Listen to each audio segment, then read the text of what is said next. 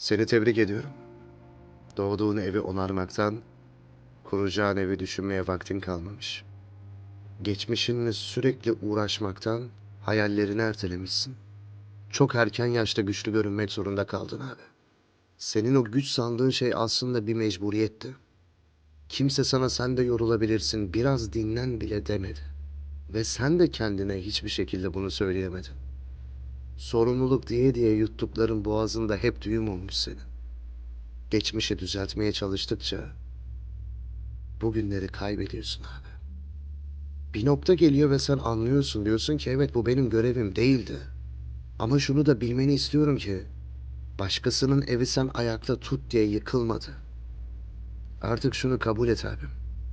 Geçmişinle barışmak ona geri dönmek değildir. Kendi evini kurmaya başladığın gün güçlü olmak yerini huzura bırakır.